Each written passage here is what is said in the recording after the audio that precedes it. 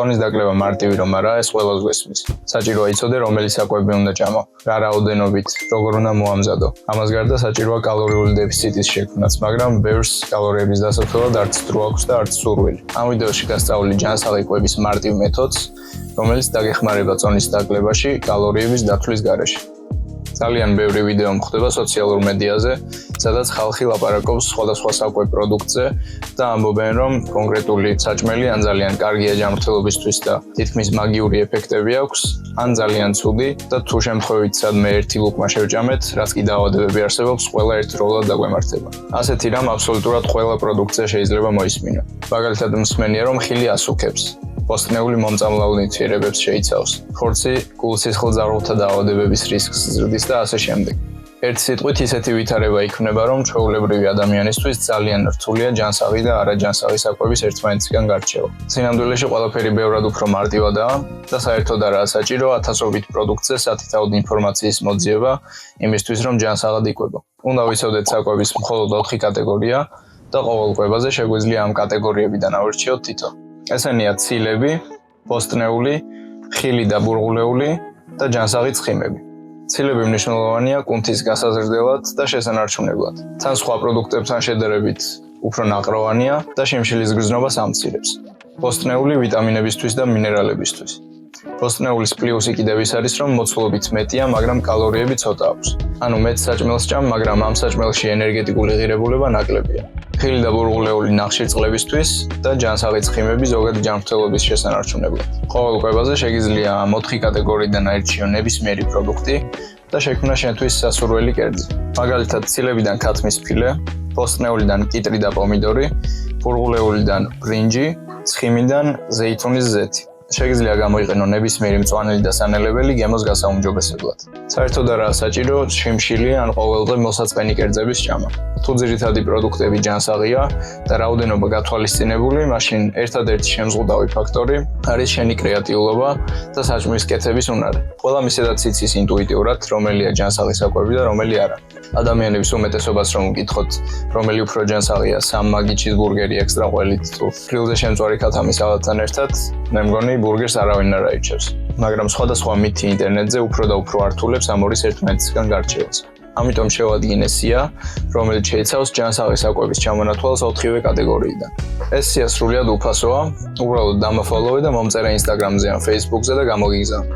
ახლა გადავიდეთ რაოდენობაზე. აზრი არ აქვს რამდენად ჯანსაღ საკვებს ჭამ, თუ იმაზე მეტ შეჭამ ვიდრე გჭირდება ჯანსაღი საკვებითაც მოიმატებ წონას. ამიტომ პორციების კონტროლი აუცილებელია. მაგრამ როგორ უნდა გააკონტროლო პორციები კალორიების დათვლის გარეშე? ამისთვის გამოვიყენებთ ხელების მეთოდს. მაგალითად, ცილებიდან ავიღებთ 1 მუშტის რაოდენობა ქათმის ფილეს, პოსტნეულიდან 2 მუშტის რაოდენობა კიტრს და პომიდორს, ნახშირწყლებიდან 2 მუშტის რაოდენობა ბრინჯს და ცხიმებიდან 2 ცერა თითის რაოდენობა ზეითუნის ზეთს. არაფერი განსაკუთრებული ამ პროდუქტებში არ არის. ნებისმიერი სხვა პროდუქტი ამ 4 კატეგორიიდან შეგიძლია იგივენაირად გამოიყენო.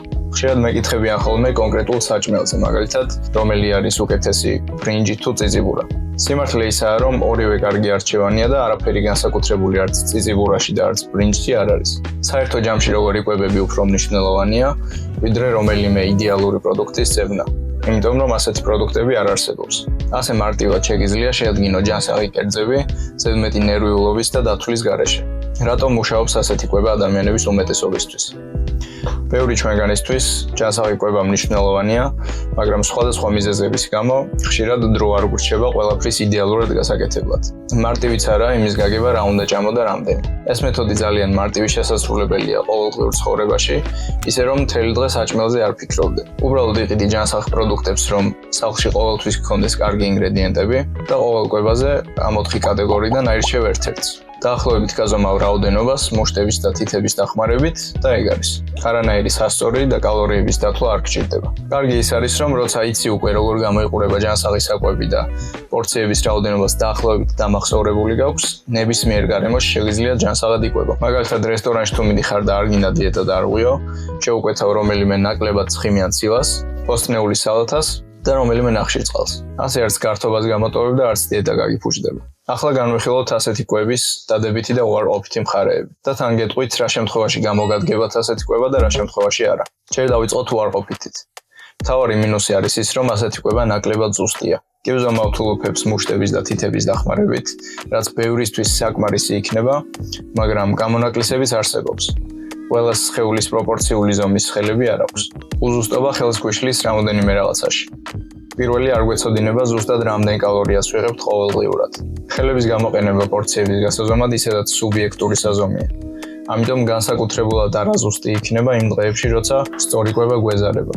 როცა ქშია და დაღლილი ხარ, კიდაც სწორი საკვები აირჩიო, შეიძლება თვალმა მოგატყუოს და იმაზე მეტი პორციები აიღო, ვიდრე გჭირდება.